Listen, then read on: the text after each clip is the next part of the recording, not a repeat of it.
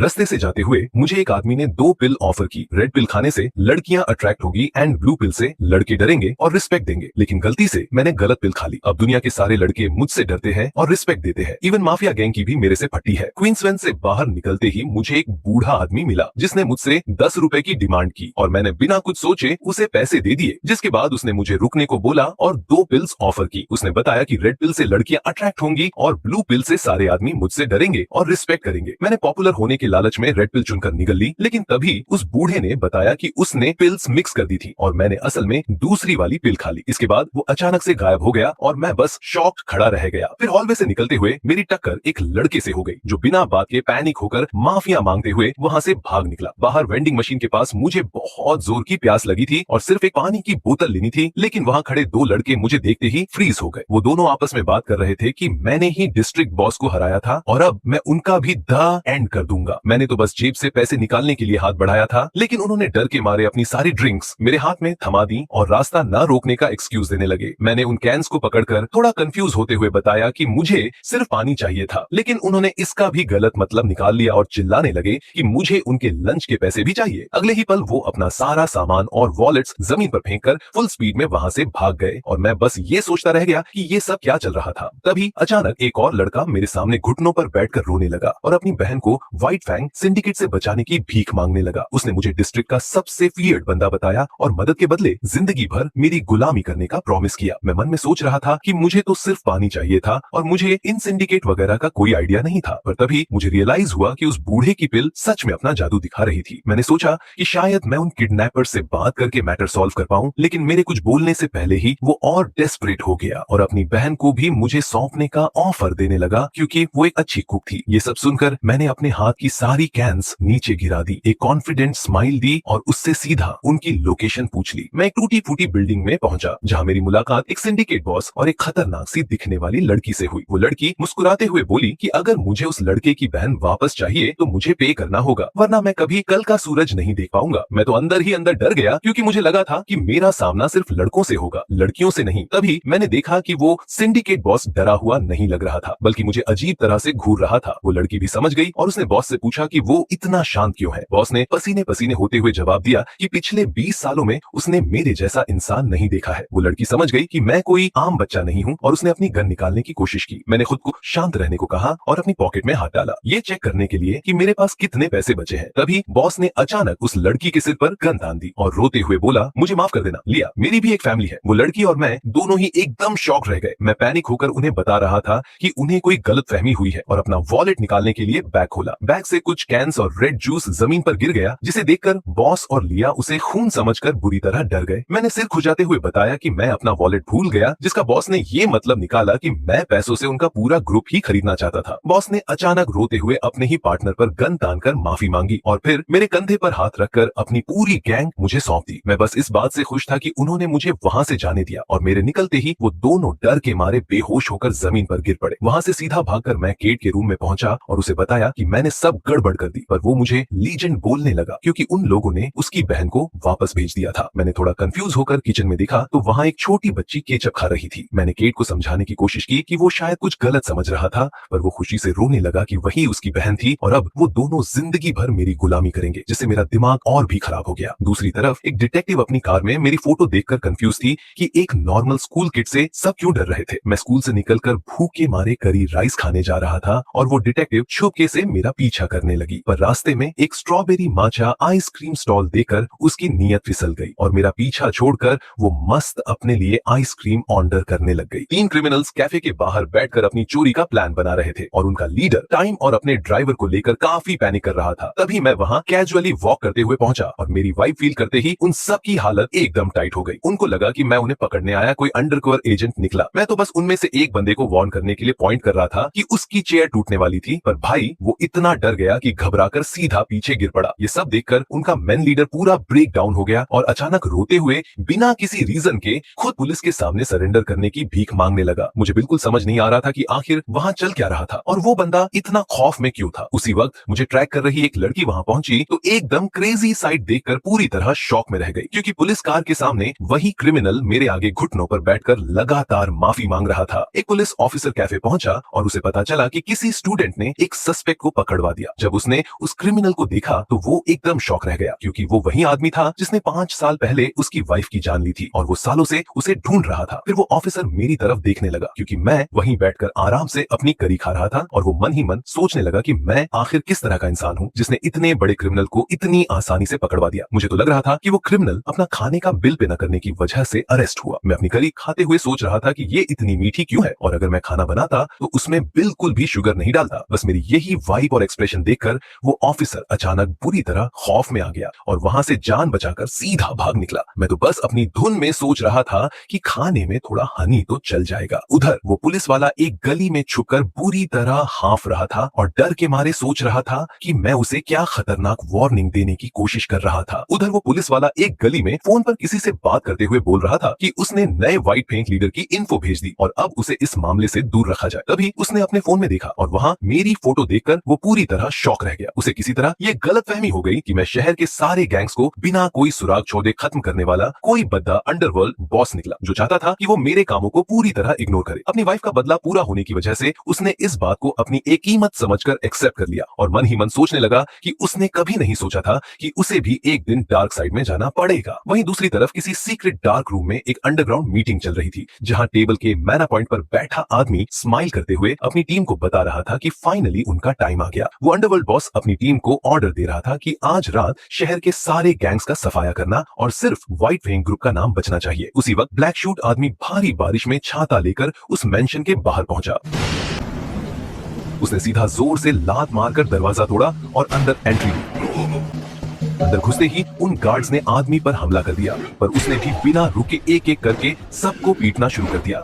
एक बंदे ने डंडे से वार किया तो आदमी ने उसे ब्लॉक करके उसे भी धूल चटा दी, लेकिन तभी बाकी बचे गार्ड्स ने उसको चारों तरफ से घेर लिया और उस पर सीधा गन्स तान दी। जैसे ही उनमें से एक ने शूट करने के लिए चिल्लाया, आसमान में एक जोरदार बिजली कड़की, लेकिन ब्लैक शूट आदमी मुस्कुरा रहा था। अगले सीन में एक पुराना गैंग लीडर अपने लग्जरी रूम में ड्रिंक करते हुए आराम फरमा रहा था और फोन पर किसी को इग्नोर कर रहा था। अचानक कमरे की लाइट्स गुल हो गईं और उसके सामने एक डरावना साया आ गया। डर के मारे उसके हाथ से फोन गिर गया और उस पर एकदम से अटैक हो गया। फिर वो ओल्डर बॉस जमीन पर गिरा हुआ काफी गुस्से और खौफ में चिल्लाने लगा कि उसने पूरे 20 साल तक उनके मामलों में कोई दखल नहीं दिया, तो अब वो लोग उस पर हमला क्यों कर रहे थे। उसके सामने हड्डी दीचे उस अटैकर ने सीधा जवाब दिया कि वो लोग सिर्फ ऑर्डर्स फॉलो करते थे और उसने केट रोवेन के नाम पर उस बॉस पर गन तान कर गोली चला दी। मैं आराम से अपने रूम में बैठकर पढ़ाई कर रहा था, तभी मुझे जोर की छींक आई और मुझे लगा कि रात काफी ठंडी हो गई थी, इसलिए बीमार पड़ने से पहले मुझे चुपचाप सो जाना चाहिए। अगले दिन स्कूल में जहां कुछ स्टूडेंट्स जिम में एक फाइट प्लान कर रहे थे ताकि वो स्कूल पर राज कर सके, मैं क्लास में एकदम बोर होकर बैठा था और मेरी क्लासमेट सोच रही थी कि उसकी बेस्ट फ्रेंड मुझे पसंद करती है। वो डिटेक्टिव की बेटी होने की वजह से जिम वाली फाइट के बारे में पहले से जानती थी। तभी उसकी बेस्ट फ्रेंड एक लव लेटर लेकर आई और प्रपोजल करने का डिसीजन बताया। उस डिटेक्टिव की बेटी ने मौका देखकर अपनी फ्रेंड का लेटर एक फेक लेटर से बदलने का सोचा ताकि वो मुझे सीधा उस जिम वाली फाइट में फंसा सके। जब वो बेचारी नर्वस होकर मेरे पास आ रही थी तो उसकी फ्रेंड ने चालाकी से उसे उल्का पिंड देखने का बहाना देकर भटका दिया और इतनी जोर से दीवार पर दे मारा कि वो खून थूकने लगी और फिर बड़ी बेशर्मी से बोल दी कि वो तो सिर्फ एक चिड़िया की पॉटी थी। उसके बाद उसने सीधा आकर वो लेटर मुझे पकड़ा दिया। लेटर में स्कूल के बाद जिम में मिलने की बात लिखी थी और मैं उसे एक रोमांटिक प्रपोजल समझकर खुशी खुशी वहां पहुंच गया, पर अंदर तो वो स्टूडेंट्स दोनों गैंग्स लड़ने के लिए रेडी थी कि आज फैसला हो ही जाए। मुझे यकीन नहीं हो रहा था कि फाइनली मेरी भी गर्लफ्रेंड होगी। मैंने रिलैक्स होकर जिम का दरवाजा ओपन किया। मेरी एंट्री और वाइब फील करते ही वो सारे के सारे लड़के एकदम फ्रीज हो गए और उनके पसीने छूटने लगे। मुझे लगा कि मैं किसी मूवी की तरह इन स्कूल बुलीज के बीच फंस गया था, पर वो सारे स्टूडेंट्स मेरे सामने घुटनों पर बैठ गए क्योंकि उन्हें लगा कि मैं कोई बहुत बड़ा माफिया बॉस आ गया। मैंने भी बस मौका देखा और उन लड़कों को जमीन पर कुछ ढूंढता हुआ समझकर वहां से चुपचाप कल्टी मार ली। वो क्लासमेट दरवाजे के पीछे से ये सब देखकर पूरी तरह शॉक में रह गई कि मैंने बिना लड़े ही उन सबको सरेंडर करवा दिया, जबकि बाहर रात के अंधेरे में वो बेस्ट फ्रेंड एकदम उदास और मायूस खड़ी अपना दिल टूटने का गम मना रही थी, जिसका असली लेटर मुझे कभी मिला ही नहीं। वो ब्लॉन्ड हेयर गैंग लीडर अपनी डेस्क पर बैठकर फूट फूट कर रो रहा था क्योंकि व्हाइट फैंग ने उसके पड़ोसी शहर वाले ग्रुप का पूरा सफाया कर दिया था और उसके सारे मेंबर्स उसे अकेला छोड़कर भाग गए थे। तभी उसका असिस्टेंट उसे कॉफी देने आया, जिसे वो गलती से किसी और नाम से बुलाता, पर असिस्टेंट उसे अपना असली नाम नाम जॉनसन बताया। कॉफी पीते ही वो गैंग लीडर अचानक भड़क गया और टेबल पर हाथ मारते हुए पूछने लगा कि वो व्हाइट फैंग को कैसे हराएंगे। इस पर उसके असिस्टेंट ने चाइना टाउन से किसी खतरनाक असासिन को हायर करके व्हाइट फैंग के लीडर को टपकाने का आइडिया दिया, जो उस लीडर को काफी सही लगा। लेकिन दोनों चाइना टाउन की जगह एक बहुत बड़े कचरे के ढेर के बीच खड़े थे। वो ब्लॉन्ड हेयर लीडर गुस्से में अपने असिस्टेंट का कॉलर पकड़कर चिल्लाने लगा कि वो लोग यहाँ क्या कर रहे थे। तब असिस्टेंट ने बताया कि उनका ग्रुप बिल्कुल बैंकरप्ट हो चुका था, इसलिए असासिन को पैसे देने के लिए उन्हें इस कचरे से कुछ कीमती सामान ढूंढना पड़ेगा। वो लीडर रोने लगा कि वहाँ कुछ भी वैल्यूएबल नहीं मिलेगा, पर तभी वहाँ खड़े एक छोटे बच्चे को कचरे में एक 100 इंच का टीवी मिल गया। ये देखकर उस गैंग लीडर ने पागलों की तरह कचरे के काले बैग्स फाड़ फाड़ कर खोजना शुरू कर दिया। सुबह से शाम हो गई, पर वो बेचारा थक हार कर रोते हुए बोलने लगा कि घंटों की मेहनत के बाद भी उसे सिर्फ यूज डायपर्स ही मिले। तभी वो सेम बच्चा कचरे के ढेर के पास खड़ी एक चमचमाती ग्रीन लैम्बोर्गिनी कार और उसकी चाबी ढूंढ निकालता है। बिना कोई शर्म किए वो गैंग लीडर तुरंत उस छोटे बच्चे के हाथ से चाबी छीनकर खुशी से जोर जोर से चिल्लाने लगा। बेचारा वो बच्चा वहां खड़ा रोता रह गया और वो लीडर अपने असिस्टेंट के साथ उस लैम्बोर्गिनी में बैठकर मजे से वहां से भाग निकला। जाते जाते भी वो अपने असिस्टेंट को फिर से गलत नाम से ही बुलाता है और वो उसे दोबारा करेक्ट करता। गैंग लीडर और उसका असिस्टेंट चाइना टाउन जाने के लिए तैयार थे, पर उनका गैंग बैंकरप्ट हो चुका था, तो वो एक पुराने से ट्रक में छुप कर जा रहे थे। असिस्टेंट ने पकड़े जाने के डर से दोनों को एक नीले कपड़े से ढकने का आइडिया दिया, जो उस लीडर को बिल्कुल स्टूपिड लगा। जब वो ट्रक में मजे से हवा खा रहे थे, तभी सामने से एक और ट्रक आता दिखा, जिसे देख दोनों डरकर उस नीले कपड़े के नीचे छुप गए। उस ट्रक का ड्राइवर ये देखकर इतना डर गया कि उसने अपना ट्रक सीधा एक पंक रॉक स्टोर में ठोक दिया। पर ये दोनों बेवकूफ ये सब नोटिस किए बिना आराम से अपनी जगह पर बैठे रहे और सोचने लगे कि किसी ने उन्हें नहीं देखा। वो चाइना टाउन में एक अजीब सी जड़ी बूटियों की दुकान पर पहुंचे, जहां वो एक बूढ़ी औरत से व्हाइट फैंग के लीडर को मारने के लिए असैसिन हायर करने की बात करने लगे। वो औरत उनकी बात सुनकर जोर जोर से हंसने लगी और बोली कि ये इम्पॉसिबल मिशन है। उसने एक पुरानी चीनी कहानी सुनाई कि कैसे एक नॉर्मल इंसान ने एक गिरते हुए एम्पायर को सिर्फ एक लेटर से बचा लिया था, और फिर एक अजीब सी कहावत बोली जिसका मतलब था उस नॉर्मल इंसान से डरो। तभी अचानक उस दुकान का दरवाजा टूट गया और वहीं पंक रॉक स्टोर का मालिक अपने गुंडों के साथ गुस्से में अंदर आया और चिल्लाने लगा कि किसने उसके स्टोर में ट्रक ठोकने वाले इडियट्स को भेजा था। गैंग लीडर बोला, अरे वो तो व्हाइट फैंग गैंग वालों ने किया। पंक लीडर गुस्सा शांत होके उसको थैंक यू बोलता है एंड चलने लगता है, लेकिन रुक के बोलता है, व्हाइट फैंग को खत्म करने से पहले मैं इस सिटी पे कब्जा करूंगा और शुरुआत यहाँ से होगी। बोलते ही सीधा गैंग लीडर पर पंच थ्रो करने आता है, लेकिन दादी सामने आके उसको रोकती कि उसकी दुकान में कोई लड़ाई नहीं होगी। पंक लीडर उसे चैलेंज करते हुए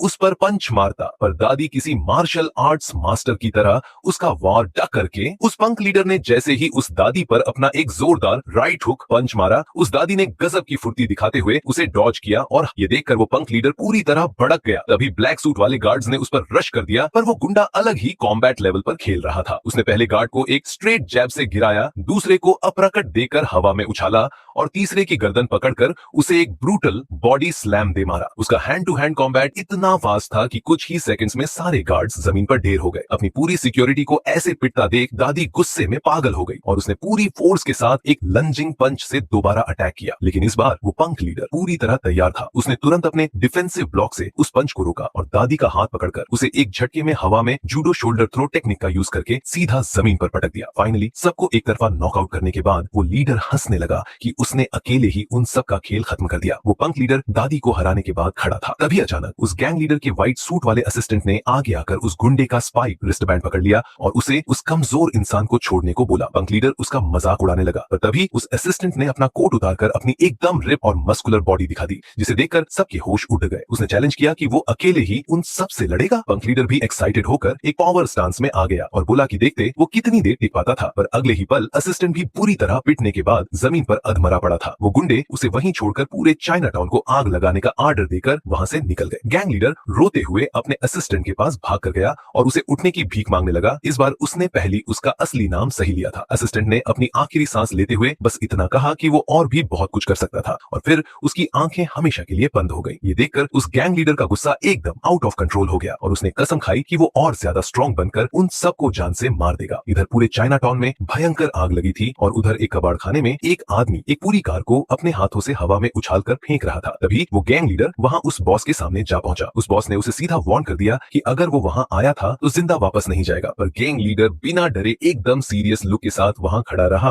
ब्लॉन्ड मैन उस मस्कुलर बॉस के सामने खड़ा होकर पावर की मांग करता है ताकि वो अपने दुश्मनों का सफाया कर सके। वो बॉस उसे सीधा जवाब देता कि पावर ओवर मांगी नहीं जाती बल्कि उसे सरवाइव किया जाता है। इतना सुनते ही वो गैंग लीडर गुस्से में एक जोरदार राइट हुक मारते हुए आगे बढ़ता है, पर वो मस्कुलर बॉस बहुत ही आराम से उसे डक करके एक ब्रूटल काउंटर पंच सीधा उसके पेट में जड़ देता है। गैंग लीडर दूर जाकर पुरानी कारों से टकराकर बुरी तरह जमीन पर गिर पड़ता है। वो दर्द से कराहते हुए फिर से हिम्मत करके उठता और चिल्लाते हुए दोबारा एक लंजिंग अटैक करता है, पर वो बॉस फिर से उसे पूरी तरह पीट कर धूल चटा देता है। गैंग लीडर हिम्मत करके खड़ा होकर उस बॉस के सेम मूव्स कॉपी करता है, लेकिन मस्कुलर मैन उसे इजीली ब्लॉक करके बोलता है वो सिर्फ शेप कॉपी कर सकता है पर उसका वेट नहीं, क्योंकि उसके पास कोई फाइटिंग स्टाइल, फाउंडेशन या डिसिप्लिन नहीं है। वो बॉस उसे एकदम व्हाइट कैनवस बुलाकर खुश होता कि अब वो उसे अपनी मर्जी से ट्रेन कर सकता है और बोलता है कि अब देखना काफी दिलचस्प होगा कि वो गैंग लीडर आगे चलकर कैसा खतरनाक मास्टरपीस बनता है। सीन शिफ्ट होता है स्कूल में। कैफेटेरिया में पोस्टर लगा था लेजेंडरी करी राइस का और सिर्फ 20 प्लेट्स अवेलेबल थी। मैं वहां खड़ा सोच रहा था कि ये कैंटीन वाले कब से इतने सीरियस हो गए। तभी मैंने देखा कि सारे बच्चे वहीं खड़े होकर उस करी राइस को गौर से देख रहे थे। मैं आगे बढ़ा तो मैं रुक गया क्योंकि सब मेरी तरफ देख रहे थे और उनका रिएक्शन ऐसा था कि अगर मैंने ये यूज किया तो वो लोग इसे टच तक नहीं करेंगे। कैफेटेरिया में जब सिर्फ एक ही प्लेट बची तो मैंने उसे उठा लिया। मेरे इतना करते ही सब चिल्लाने लगे और एक लड़के के हाथ से अपनी प्लेट ही ड्रॉप हो गई। सबका हाल खराब था। तभी हमारे डिसिप्लिन इंचार्ज कैड्रॉइन वहां आया और उसने सबको डांटा